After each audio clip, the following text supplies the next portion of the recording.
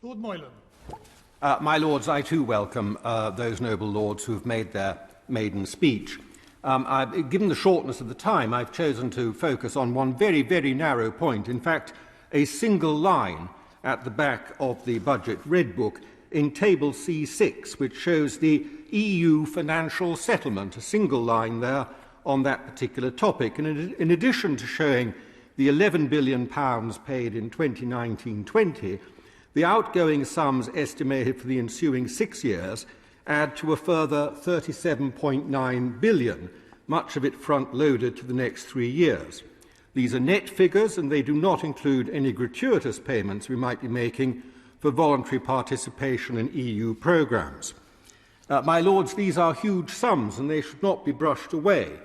They make us the world's largest donor to the EU, and indeed make the EU the world's largest recipient of what is in effect foreign aid. To provide some context, the cut in the overseas aid budget, of which certain noble lords understandably complain, is dwarfed by these sums, which were hastily conceded in negotiation by a former government in the hope, now disappointed, of earning the EU's goodwill and securing a generous trade deal. The temporary cut in overseas aid is worth £4 billion a year. It could be carried for nearly 10 years by this sum being paid to the EU.